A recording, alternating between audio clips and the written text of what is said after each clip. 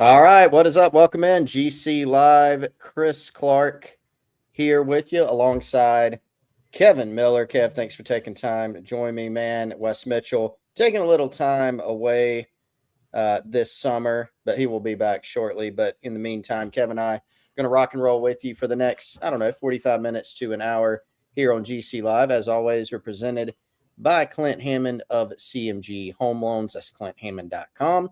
803-422-6797. Probably got that number memorized after all these years. And the NMLS number, as we always have to tell you, is 71597. If you're in the market for a new home, if you're thinking about being in the market for a new home, if you have any questions, call Clint. He's our guy, 803-422-6797. As always, he's going to probably ask you and talk to you about the Gamecocks as well, Kev. Big Gamecock guy, Clint is, big mortgage guy. So all we ask, maybe you're not in the market right now. If you are, certainly give him a call. If you are in the future, you know where to find him. clinthammond.com and 803-422-6797. And we'll always tell you before we get into it about our friends over at Ferry Chevrolet. Just like Clint in the mortgage game, if you're considering being in the market for a new or used vehicle, check out our friends over at Ferry Chevrolet, fourth generation dealer. Joseph Ferry still running the show there. They've been around since 1926. You can check out their new and used inventory at ferrychevrolet.com, F-A-I-R-E-Y, Chevrolet.com, or 803-937-4531. I was actually on the interstate the other day, Kev, traveling, saw one of the billboards for Ferry, and it was great marketing. I thought it just said, before you decide, Ferry Chevrolet. So if you're in the market, if you're thinking about being in the market, thinking about trading, whatever it may be, before you decide, check out ferrychevrolet.com. Financing, new and used inventory, all that good stuff. Kev, what's going on, man? I just said a lot. Let's give you a chance to jump in here. No, all good, man. I'm doing all right. I've got a little bit of a back thing going on, so if it looks like I'm sitting funny, it's because I am. So as long as you don't make me, twist around too quickly during our pod today, Chris, I think I'll be all right. No twisting into a pretzel required. And thank you for not putting yourself on IR and taking time to join us. So what's up, everybody? Frederick Cooper, Garnet Yardbird, and Big Red 2494 jumping into the stream. We'll get into some questions here as the show goes on, Kev. But obviously, the news of the day, if you're here live, you probably know, or you should know, it's Thursday, about 2:05 Eastern. You might be listening to this after the fact on either YouTube or on one of the pod platforms. So just a word of warning: this is Thursday. We are on now day 2 of a 4-day sprint for South Carolina to potentially get some more big time commitments in the boat. So we're going to talk through those. By the time you listen, some of them might have already happened. So just understand that and potentially give us some grace. But we're going to try to lay it out as best as we can here. But obviously, Kev, let's jump right into Josh Dobson. Right, that's the big news of this week so far. 5-star corner out of Huff High in North Carolina. Palmetto State guy, obviously, before his senior season, because he's someone that has grown up in the state, played his high school ball at Catawba Ridge.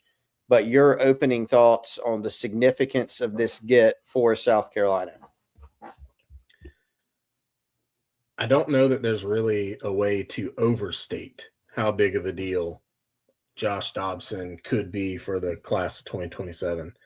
When you consider the fact that he is the highest rated defensive back to ever sign with South Carolina, at least in the age of modern recruiting, he's the highest rated corner to ever sign with Torian Gray, who has had a long history of signing big time defensive backs at South Carolina, Florida, Virginia Tech, all of these places, and he's the highest rated guy of all of them. When you consider the fact that people are trying to make player comps to guys like Jonathan Joseph, guys like J.C. Horn, both multi-time Pro Bowlers, right? This is a big deal. Josh Dobson is an athletic freak who, honestly, when you watch his tape, you think he's probably even better than what he's shown already. Like, that's how talented this kid is. And being coached up under Torian Gray only makes the get that much better, because we know, as those who have followed South Carolina football, every defensive back, pretty much without exception, gets better playing under Torian Gray. No, that's a great point, man. You look at Torian, and you're right. Just thinking about some of the names. Yeah, you mentioned Florida and VT. I mean, the couple guys that come to mind, Florida, it's Tease Tabor, Jalen Tabor, who was a 5-star guy there. You've got, you got the Fuller, Kyle. I always get Kyle and Kendall confused, but Kendall Fuller was the highest rated guy there. He was a former big time recruit. But you also look at Torian, and he can take a guy like Jalen Foster, who was a walk on, and he's an All-American, by the time he leaves. And you look at DQ Smith, who was a high school quarterback who had not played defensive back since 8th grade. And look, DQ wasn't a guy that got drafted, but he was an SEC starter, right? The interest, there's been all these different, you got a bigger time guy like Cam Smith, but then you got a guy who's been more developmental in Darius Rush, who was a guy who was a toolsy athletic guy out of high school, but then gets to South Carolina as a receiver, and it takes him a while, right? But he develops into an SEC starter, NFL player at South Carolina. The exciting thing about Dobson is, I like how Wes put it in his Inside the Commitment piece on Gamecock Central. There's no such thing as a perfect prospect. You can nitpick everybody. And so when you look at Josh, you go, okay, this is a 5-star. Does he have a little bit more work to do? I mean, everybody does in some facet. If you maybe are picking out something about Dobson, it might be, as it is for, I'd say, any defensive back almost from high school to the SEC, the physicality obviously is going to take a huge jump. So open field tackling, pressing, all those things that go into it. But what he does have is a lot of the things that you cannot teach. And that is, the length and size, the frame, 6'5", 185, the speed, that he shows on the field. I was at a game last year when he was playing for Catawba Ridge where he ran a kickback for a touchdown. And when he opens it up in the open field, you go, oh, okay. Like, I see it, if you hadn't seen it before, then you see it at that point. And then you just watch him in coverage, and, the way that he can flip his hips and the movement.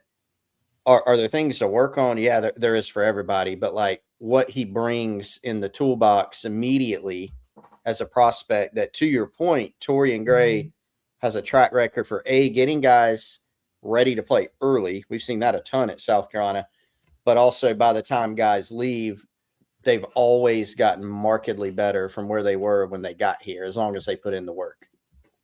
Yeah. And when you look at Dobson, right, you see the athletic potential even outweighing the current production.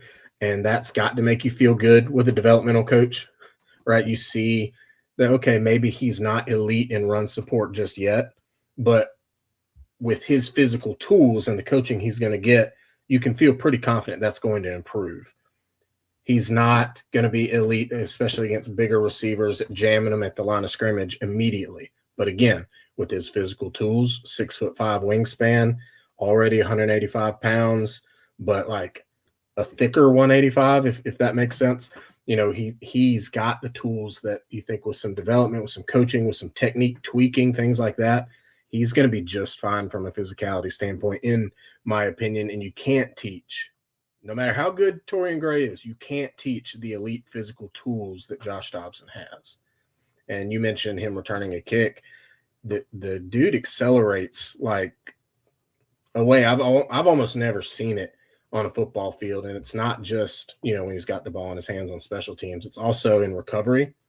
There's a play or two on film, not many, but a play or two on film where he gets beat a little bit, but he makes it up instantly because of just how good he is at recovering. He can get his hips around. He can explode forward. He's got really good leaping ability. As a high school sophomore, he posted a 36-inch vertical, right? That's already a good number. And that was as a sophomore. He's got a broad jump of 10 feet already, runs a 4.39 in the 40. He's got a 10.4 in the 100-meter. Like, you can't teach those things. But what you can do is you can use those things to make teaching everything else that much easier. Yeah, it's a great point. And, so just a lot of things in the toolbox here. And that's why, not only South Carolina, but so many other programs, A&M, Michigan, Auburn, which are his other finalists, but also, Georgia and LSU and a bunch of other programs, not only in the Southeast and in the SEC, but really across the country, wanted Josh Dobson because of those physical traits. And I think the other thing you feel great about is this is also a kid that, by all accounts, is a really good kid who is he going to command a big NIL deal at South Carolina or wherever he would have gone? Sure, that's the nature of the beast now. But he's a guy that legitimately wants to be developed on the football field and off the football field. He's got a great family structure. His mom's in education. So there's just a lot to like when you combine, all of those factors that we just laid out: the physical ability, the want to that he has, the work ethic that he'll bring. And I think also just frankly, Torian Gray being able to help him with that, and bring him along and help him get to that next level. So let's talk about the recruiting aspect of this too, Kev. This was obviously a recruitment that was, it was kind of the one this cycle that all fans were talking about. It's one of those recruitments that's been a long time coming, because this is someone that Carolina jumped in on when he was, going into his freshman year of high school.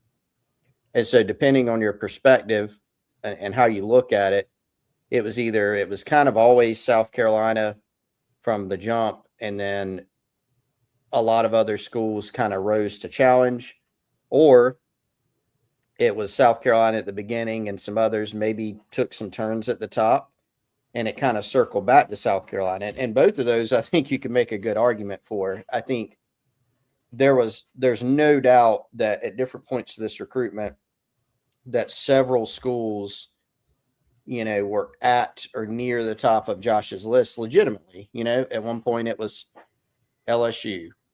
At one point it was, Tennessee had some buzz earlier in this thing. A&M absolutely had some buzz. Michigan came on later, but very, very strong. And I think and Josh said this publicly yesterday, that was the main program that ended up giving South Carolina competition. But for the Gamecocks, I think there were some keys to this recruitment. It certainly helped that Josh was, yes, while he's playing in the state of North Carolina as a senior, this is a Palmetto State kid. This is an in-state kid for all intents and purposes. He's a Palmetto State kid. That means it's always been an easy trip to get to South Carolina. Been here a whole bunch of times. There's been stability on the defensive side of the ball when you look at Clayton White and Torian Gray. And we'll get into the flip side of that here in a minute. Well, let's go ahead and get into that. The part that South Carolina ended up having to overcome here, I think in addition to having some really good other options, all things being equal, sometimes a kid just looks at another school and says, that's where I want to go for a variety of reasons.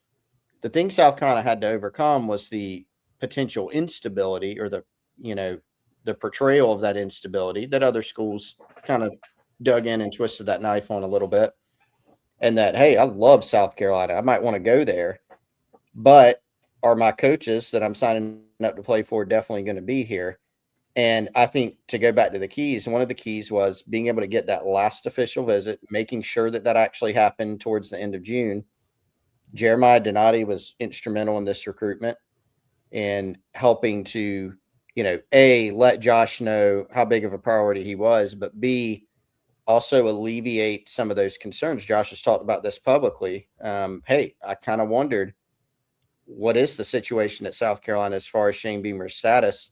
And it seems like Jeremiah Donati really helped, clean some of that up and give him some validation to the notion that they're investing in Shane Beamer at South Carolina and that he's their guy. And I think that last visit Donati's influence, and the way that Torian Gray and Darren Usher deserves a lot of credit, the director of player personnel and recruiting, all that kind of circled back things at the end of the day to South Carolina. Yeah, and you talked about how there were some maybe twists and turns at the top, but South Carolina was also kind of a constant. And what I mean by that is, there might have been 5, 6, 7 teams that kind of cycled around Josh's thinking, but South Carolina was always in the top 2 or 3. It was, early it's like, well, there's Tennessee and there's Clemson and there's South Carolina. And then there was, LSU, but there's South Carolina too. And then when everybody started talking about Michigan and Texas A&M, it was like, well, and South Carolina too.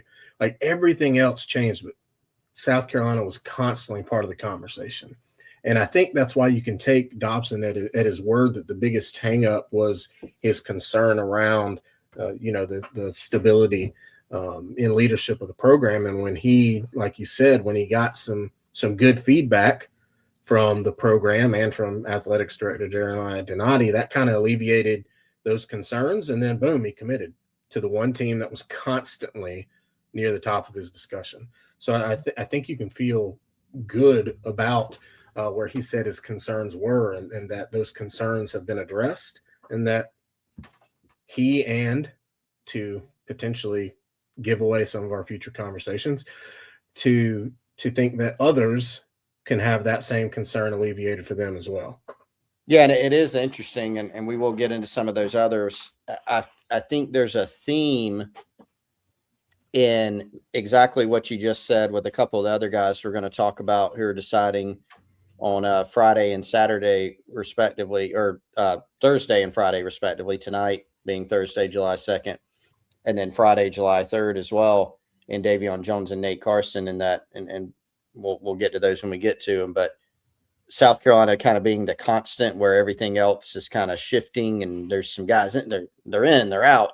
South Carolina never really being out, always being kind of in there as either the leader or otherwise on the leaderboard at the very top, right? So you see recruitments like that a good bit where sometimes it just kind of circles back to the school that was always there.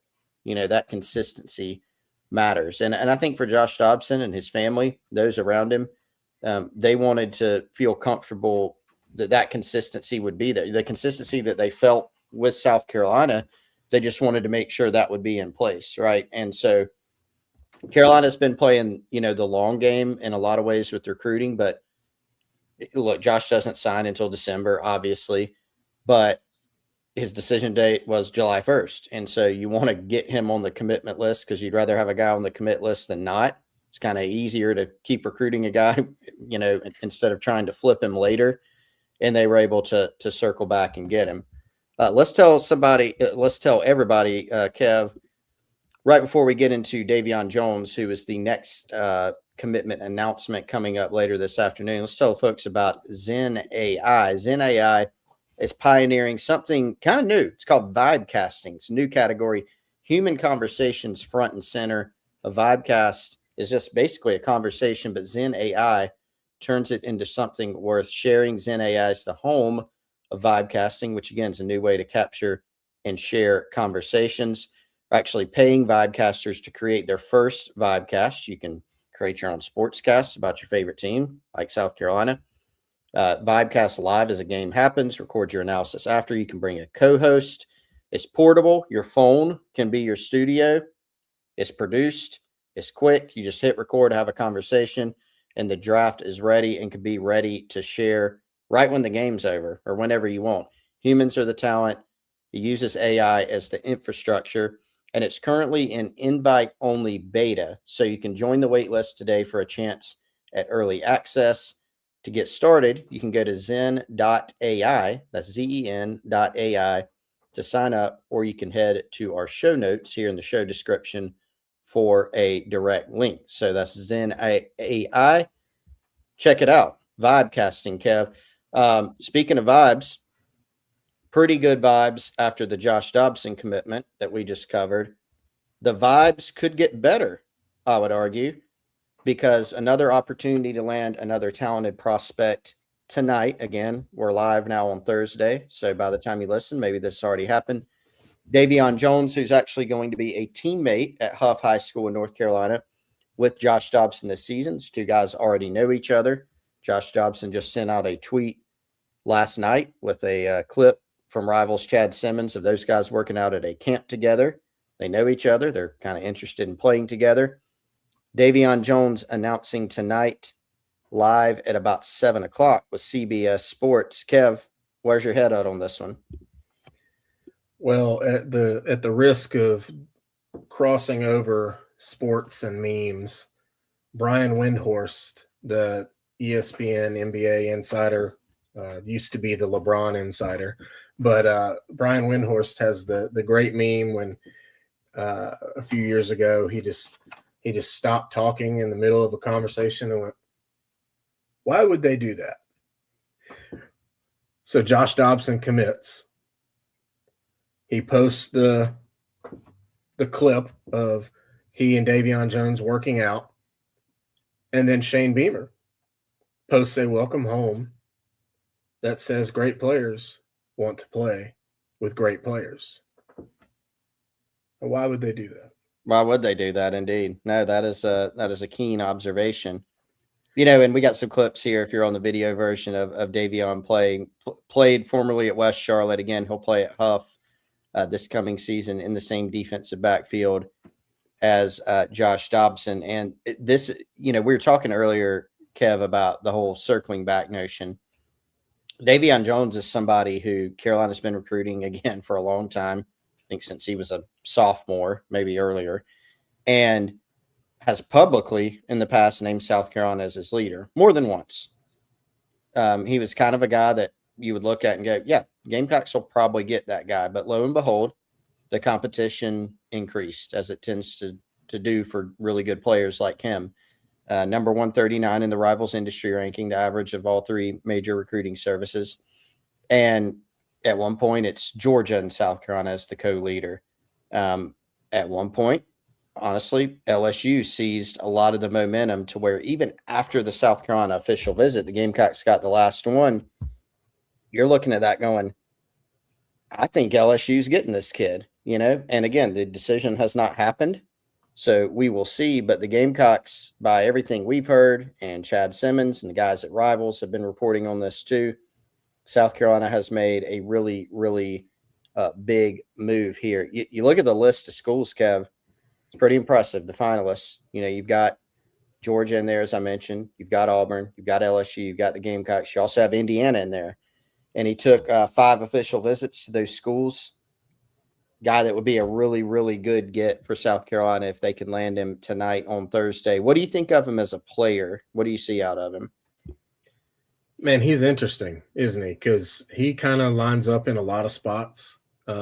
He's not necessarily like a huge defensive back that's going to like step in and play linebacker or anything like that. But in terms of the secondary, I've seen him out wide as a corner. I've seen him over the top as a safety. I've seen him in the slot as a nickel. I've seen him in the slot with intentions of coming downhill immediately, whether as a blitzer or even playing against the run. So I think he's got a lot of versatility to his game, which is something that, again, I feel like we say things like this a lot. Is something that Torian Gray likes. He likes guys who can do multiple things. That way he can cross-train you without fear. He can go into it and he can see, all right, what can he already do? What can he improve upon? I mean, how many times have we seen in recent years a defensive back signs with South Carolina at a particular position, and then they're actually playing a different position by the time they get on the field? Like, you think they're going to be a safety, they end up as a corner. You think they're going to be a corner, they end up as a safety, or they play nickel, or they play multiple spots. Well, Davion Jones is a guy who can do that. He like Dobson, is very athletic. He's got, I think, a little bit more natural physicality to him than Dobson does, which, that I kind of think he could be a nickel because I think he can turn into a good tackler with that. And he's operated in that general area of the field before at the high school level. So I kind of think he could be a nickel, but it would not shock me at all if South Carolina has him on campus for a while, like if he commits to South Carolina, that is, and gets him on campus for a while, and they're like, you know what, he's a corner, or you know what, he's a safety. Wouldn't shock me either way. Yeah, and I think when you look at Davion, you're right. Torian Gray does obviously value that versatility. Interesting thing about Davion is he doesn't as much fit that like the Torian Gray mold, quote unquote. He's not, 6'2", or it almost seems that there's no limit to what Torian will accept for. You look at Kelvin Millington, who's 6'4", and that guy's probably a corner.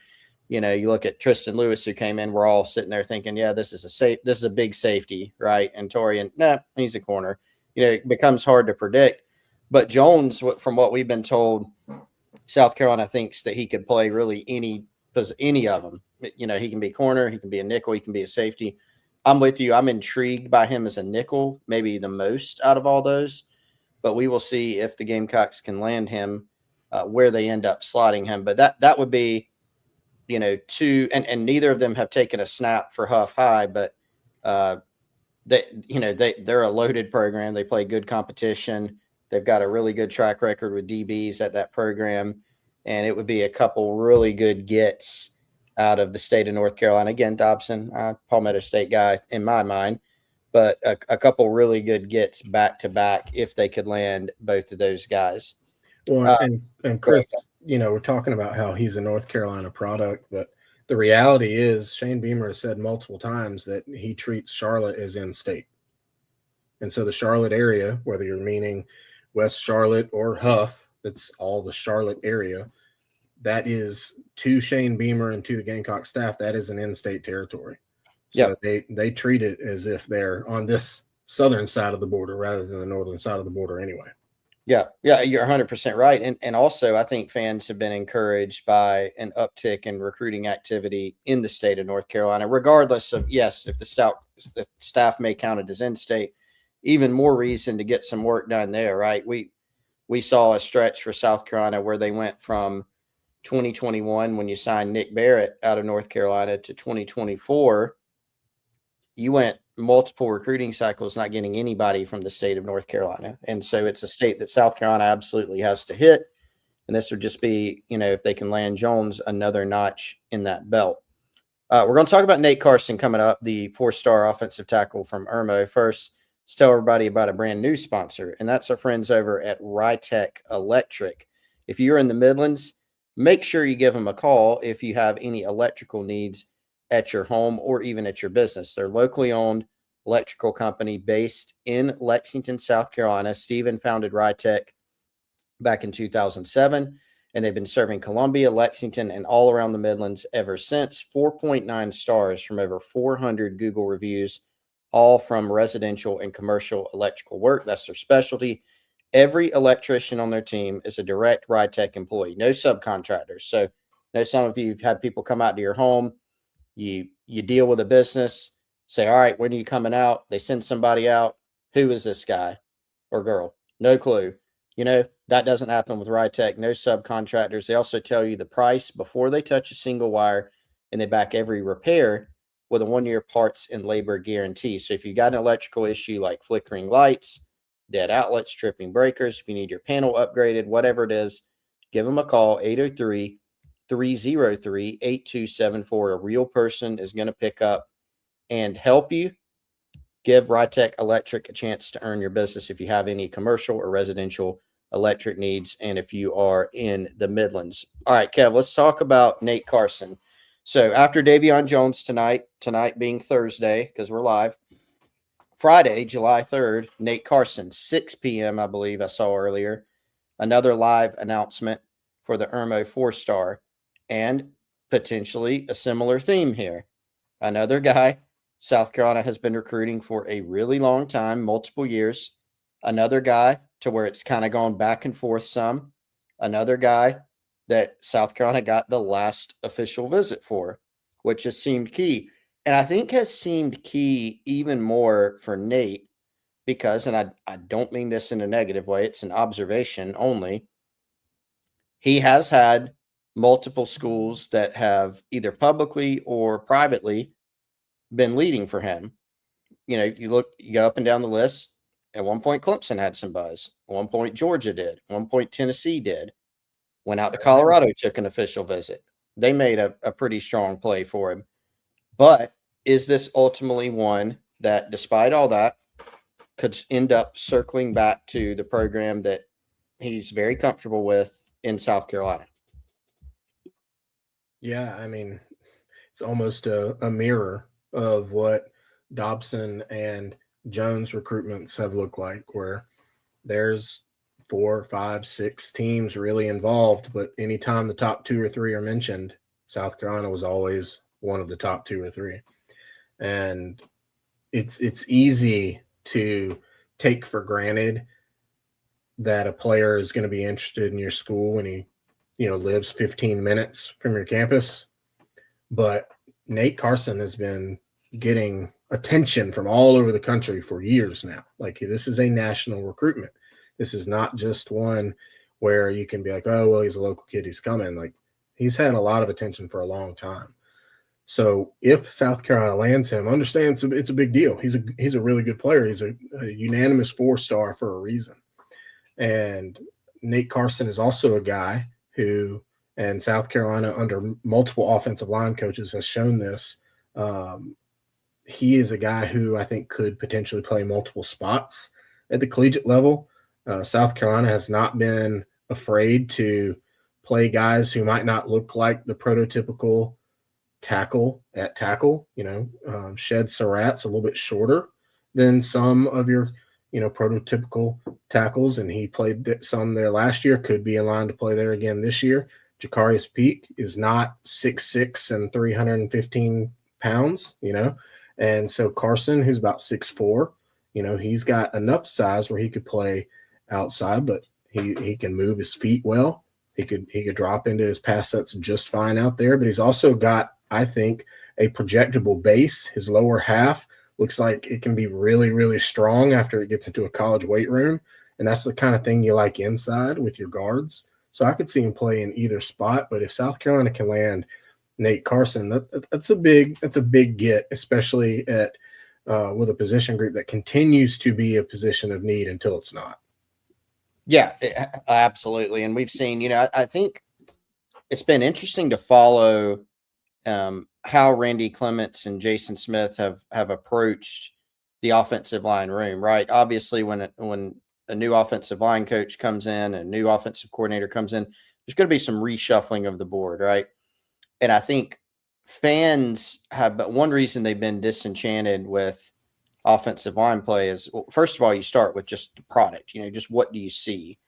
And it hasn't been good enough consistently in the last several years. But you also have in the back of your mind, all right, and Shane Beamer's talked about this publicly. You're going, all right, when I look at the guys that South Carolina is signing on the offensive line, it doesn't look like they're bringing in dud after dud. It looks like they're signing guys that all these other schools want. Why is the product not as good? And there's so many layers to that we don't need to relitigate. But I think one is that offensive line is a very tough position to evaluate, right? And so even you look at this class, some of the guys that are already in the class, it's not a bunch of 4-stars on the commitment list. But what you also have in the back of your mind in that situation is, well, Randy Clements got a pretty good track record of development. And at the schools he was at, he wasn't always going out and signing 4- and 5-star type guys, yet they're pretty good. They could run the ball. They were good passing the football. Like, he's got a good track record with it, So why do I say all that? Well, Nate Carson is one of the types of guys that South Carolina has been signing in the past. And you plug him into this scheme, if they can land him and have him coached by Randy Clements and Jason Smith. To go back, I mean, you laid out all the attributes and traits, but you can see what he has to work with here, because it's a kid that's got size, like you said, potential positional versatility. I think South Carolina definitely believes he can play tackle, but he could also play inside. And then he's got the physical attributes like movement skills to where there's a lot to like there. And at the end of the day, like, yeah, you're going to use the portal probably every year on the offensive line, but you still need to be able to bring in guys as high schoolers to develop them, because it's a developmental position, maybe more than any other position on the field. So yeah, I think it would be a really good get. Again, 6 o'clock on Friday, July 3rd for Nate Carson. Gamecocks have an opportunity to land another quality in-state guy there. Before we move on, we got one more to talk about this week. Let's tell you about our friends over at ATSCO. That's ATSKO.com. And ATSCO is your go-to if you are an outdoorsman. If you like hunting, if you like fishing, if you like going camping, you need to check out ATSCO. Again, that's ATSKO.com. They have the Zero brand products, UV control, odor control, specialized laundry care for the outdoorsmen, all the stuff that you have to wear hunting, outdoor gear. You got waterproofing, they got footwear, personal care like skin protection, odor control, sun protection, even products for sensitive skin, and even products for your animals, pet care, and the CareTex line of products, waterproofing. Basically, if you're an outdoorsman, just go check it out, ATSKO.com. You can search their website to find what you're looking for and check out all the specials that they've got going on. That's ATSKO.com. That's ATSCO. All right, Kev, one more announcement coming this weekend on July 4th, and that's Jaden Brody. And if you are someone that maybe doesn't devour recruiting content, you might say, who is Jaden Brody? And fair, because a much newer name to the Gamecock recruiting world, or the Gamecock recruiting board, than the other three guys we just mentioned. Like you've almost definitely heard of Josh Dobson. You've probably heard of Nate Carson. You may have heard of Davion Jones. If you're like and I don't mean this negatively, if you're a quote unquote casual, you probably have not heard of Jaden Brody, just because it hadn't been written about a lot. And that is because he got offered by South Carolina at camp last month. Got to watch his workout. It was the last day of South Carolina summer camp. Staff brought him in and really, really liked his workout. And I mean, for what it's worth, not that I'm making the decision, I mean, I co-signed. I really liked his workout. He won every one-on-one I saw. He flashed natural pass rush ability. And South Carolina at that point, I think a day or two later, made a move, and it seems like very quickly shot potentially up to the top of his list. But Kev, what have you thought as you've dug into a little bit into Jaden Brody? Yeah, a couple things. Well, one, you talked about how he won all his one-on-ones. You know, not all one-on-one reps at camp are created equally. You know, sometimes you might get matched up with guys that look like us, and, good football players should beat guys that look like us. But what happened with Jaden Brody was he won a few times, and the staff was like, all right, hold on. You stay there. Let me grab this big old impressive looking offensive tackle and put him in front of you. He beats him. All right, let me grab this other one who I know can block a little bit. He beat him too. All right, let me get this athletic offensive tackle. He beat him too. So it wasn't just that he beat six, guys who were third string JV players from some school you've never heard of. No disrespect. But he actually went against guys that the coaches handpicked to be his opponents, and he beat them all. Yep. That obviously left an impression. But South Carolina left an impression on him too. As you said, he only got his offer. It was less than 2 weeks ago at this point, and he had a top 5 and a commitment date set before he got a South Carolina offer. Upon getting the South Carolina offer, he canceled that commitment date, and then within about a week, he said, actually, commitment date's back on, but I have a new top 5. And South Carolina had replaced, I think, Tennessee in the top 5.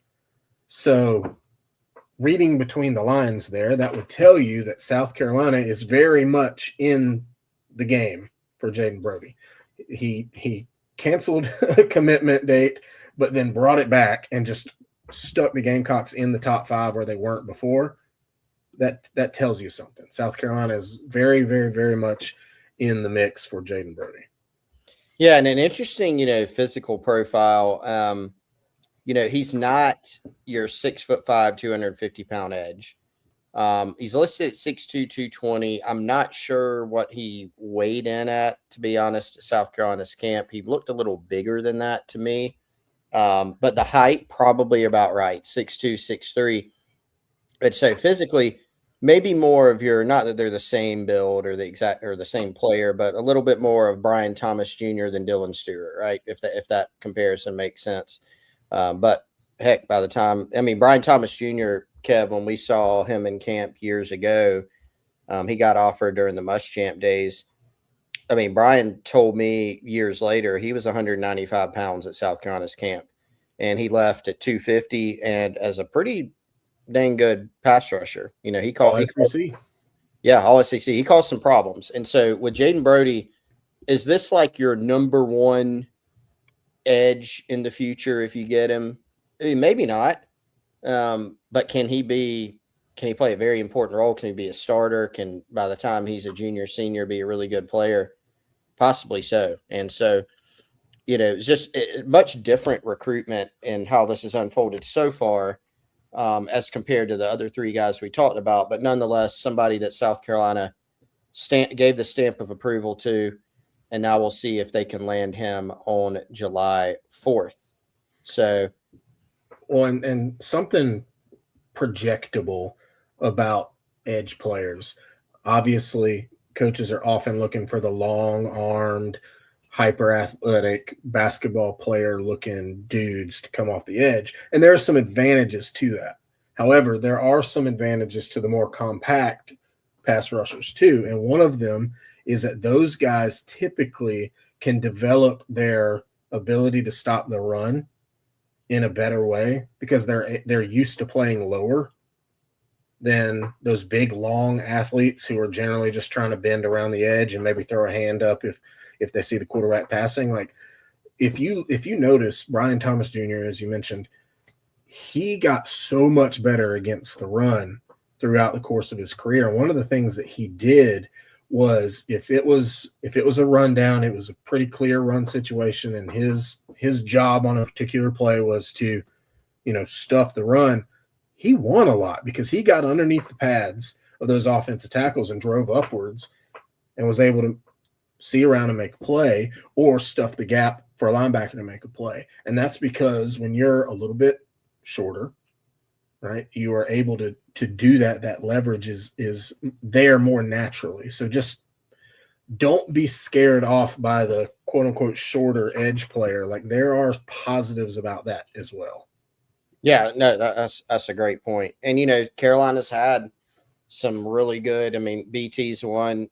Some of the folks on our board have brought up Eric Norwood, who was, a problem when he was a player for South Carolina for opposing offensive tackles. So Jaden Brody would, I think, be he's not going to draw the headlines of a Josh Dobson get or even a Nate Carson, Davion Jones, but someone that South Carolina absolutely would like to add to the class. So, Kev, we're going to close it out here shortly. Just to give everybody, if you happen to jump in late or if you got bored with what I was saying and you skip forward, the too long didn't listen version, Josh Dobson, now a Gamecock, and a few more to come. Again, this is Thursday about 2:45 Eastern, but tonight, Thursday, 7 p.m., Davion Jones announcing his commitment, the four-star defensive back. Nate Carson, 6 p.m. on Friday, July 3rd, announcing his decision. And then Jaden Brody on July 4th. So, Kev, hope you enjoy July 4th, man. Hope you have a great long weekend. Same to everybody else out there. Happy 250th, July 4th. I don't even know if I said that correctly, but it's the 250th July 4th. So, hope everybody has a great long weekend. And come check us out on GamecockCentral.com. Got a new special that's rolling right now. If you're not a member, come on over. You get Gamecock Central and the Big Spur all in one, plus Rivals, high school recruiting, On 3, national coverage, transfer portal. Things are heating up on the recruiting trail. Before you know it, we're going to be in August camp, which is crazy for football. So it'll be here soon. So come check us out.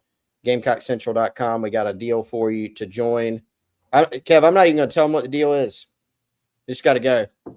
I like it.